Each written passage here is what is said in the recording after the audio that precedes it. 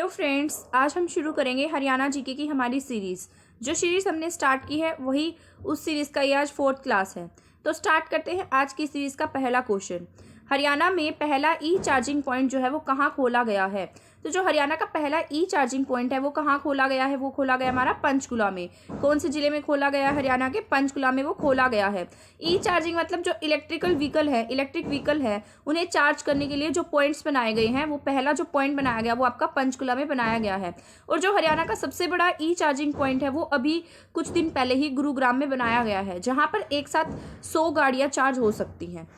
ठीक है, इसके बाद में आता है हमारे पास हरियाणा राज्य किसकी संस्तुति पर बनाया गया था? तो जो कौन सी कमेटी बनाई गई थी जिसकी सिफारिश पर हरियाणा राज्य का गठन किया गया? तो वो थी सरदार हुकम सिंह समिति। क्या थी? सरदार हुकम सिंह समिति वो थी। किसकी समिति की सिफारिश पर बनाया गया था? सरदार हुकम सिंह समिति की सिफारिश पर हरियाणा राज्य का गठन किया गया था। इसके बाद आता है राष्ट्रीय डेयरी अनुसंधान संस्थान हरियाणा में कहाँ है? जो NDRI है, इसकी जो शॉर्ट फॉर्म है वो क्या है? NDRI, national dairy research institute, यानी कि राष्ट्रीय डेयरी अनुसंधान संस्थान। ये आपका कौन से जिले में है? ये आपका करनाल में है। ये करनाल में कब लाया गया था? 1955 में। कब बनाया गया ये करनाल में? ये ट्रांसफर किया गया था 1955 में। इससे पहले ये बंगलुरु में था। कहाँ था इससे पहले? ये बंगलुरु में था तथा इसको बाद में करनाल में 1955 में ट्रांसफर कर दिया गया। इसलिए जो NDRI है वो अब करनाल में पड़ता है। हरियाणा विधानसभा में कितनी सीटें हैं? जो हरियाणा विधानसभा है उसकी कितनी सीटें हैं, यानी कि हमारे हरियाणा से कितने MLA बनते हैं? तो कितनी है सीटें हरियाणा विधानसभा की? 90 सीटें हरियाणा विधानसभा की हरियाणा में हैं। और राज्यसभा की सीट्स हमारी कितनी हैं? वो है हमारे पास 5। और लोकसभा की जो सीट है वो हमारे पास 10 हैं। तो हरियाणा की टोटल सीट विधानसभा की कितनी है? 90। इसके बाद है बंसीलाल सरकार द्वारा कौन सी भाषा को दूसरी भाषा घोषित किया गया था? तो जो बंसीलाल सरकार थी उसके द्वारा जो हरियाणा की दूसरी भाषा है वो क्या बनाई गई थी? तमिल। क्या बनाई गई थी? जो बंसीलाल जी हैं उनके द्वारा तमिल भाषा को हरियाणा की दूसरी राजभाषा घोषित किया गया था। पर 2006 के बाद जो पंजाबी है उसे हरियाणा की दूसरी लैंग्वेज घोषित कर दिया गया। तो अब जो हरियाणा की दूसरी लैंग्वेज है वो पंजाबी है, लेकिन पंजाबी से पहले कौन सी थी? पंजाबी से पहले हमारे तमिल थी। इसके बाद आता है हरियाणा का यह बाजार उत्तर भारत का सबसे बड़ा बाजार माना जाता है। तो जो नॉर्थ इंडिया है उसका सबसे बड़ी मार्केट हरियाणा में कौन सी है? वो हमारी शोरी मार्केट है। कौन सी मार्केट है? शोरी मार्केट। शोरी मार्केट हमारी कहाँ पड़ती है? ये पड़ती है हमारी रोहतक में। कहाँ पड़ती है ये हमारे रोहतक में पड़ती है। ठीक है, तो रोहतक में सबसे बड़ी क्या है? शोरी मार्केट है। ये कपड़े का सबसे बड़ा बाजार है। इसे उत्तर भारत की सबसे बड़ी कपड़ा मार्केट के रूप में जाना जाता है। अब आता है हरियाणा के ऐसे कौन से राजनीतिज्ञ हैं जिसने भारत के उप प्रधानमंत्री के रूप में काम किया है? तो जो भारत के मतलब हरियाणा से थे, वो हरियाणा के कौन से ऐसे राजनीतिज्ञ हैं जो भारत के उप प्रधानमंत्री के रूप में काम कर चुके हैं? तो वो हमारे कौन है? चौधरी देवीलाल जी। कौन है? चौधरी देवीलाल जी। चौधरी देवीलाल जी जो हैं वो भारत के 6ठे उप प्रधानमंत्री रह चुके हैं। कौन से नंबर के? 6ठे उप प्रधानमंत्री रह चुके हैं। इनकी जो समाधि स्थल है उसका नाम है संघर्ष स्थल।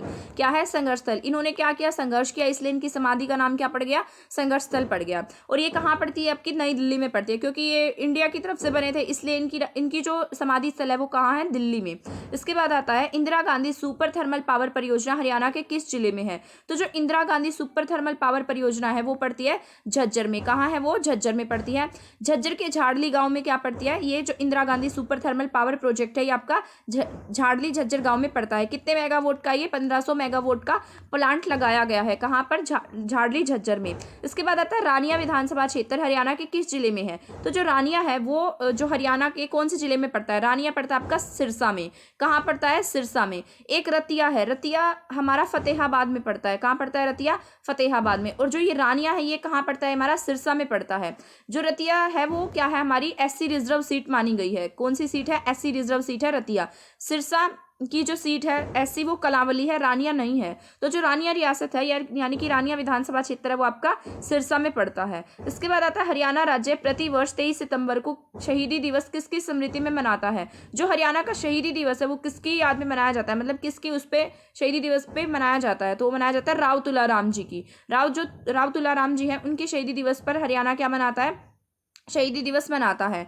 जो राव तुलाराम जी थे वो कहाँ से थे? रेवाड़ी से थे। ठीक है, इन्होंने जो 1857 की क्रांति है उसमें बढ़ चढ़कर भाग लिया था। ठीक, इसके बाद आता है हरियाणा में अरावली की सबसे ऊंची चोटी कौन सी है? तो जो अरावली है उसकी सबसे ऊंची चोटी कौन सी है?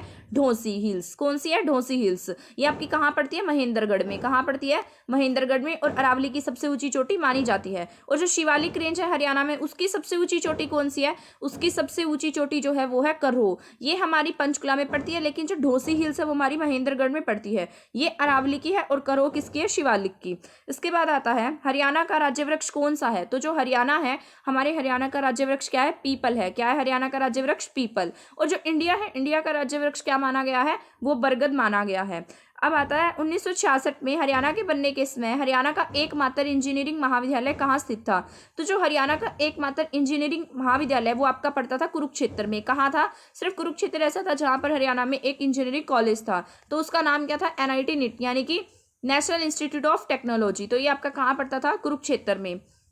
इसके बाद आता है राजा प्रभाकर वर्धन के शासनकाल में वर्धन वंश की राजधानी कौन सी थी? तो जो राजा प्रभाकर वर्धन थे वो कौन थे? हर्षवर्धन के पिता थे। उनके समय में हरियाणा की राजधानी क्या थी? थानेसर। क्या थी? थानेसर। जो हर्षवर्धन हुए, हर्षवर्धन बाद में अपनी जो इनकी जो बहन थी उनके पति की मृत्यु होने के बाद अपनी राजधानी कहाँ ले गए? वो कन्नौज ले गए। लेकिन इससे पहले जो राजधानी थी वो थानेसर, कुरुक्षेत्र में, हमारे कुरुक्षेत्र के थानेसर में पड़ती थी। ठीक है, इसके बाद आता है हरियाणा का चेरापूंजी किसे कहा जाता है? तो जो हरियाणा का चेरापूंजी यानी कि हरियाणा में सबसे अधिक बारिश वाला स्थान कौन सा है? वो छछरौली है। तो हरियाणा का जो चेरापूंजी है वो किसे कहा जाता है? छछरौली को। छछरौली आपका कहाँ पड़ता है? ये पड़ता है आपका यमुनानगर में। कहाँ पड़ता है? यमुनानगर में। इसलिए इसे क्या कहा जाता है? हरियाणा का चेरापूंजी। तो आज की क्लास हमारी यहीं खत्म होती है। आई होप आपको मेरी क्लास पसंद आई होगी। अगर आपको मेरी क्लास पसंद आती है तो प्लीज़ मेरे चैनल को सब्सक्राइब करना और मेरी वीडियो को शेयर करना ना भूलें। थैंक यू, धन्यवाद।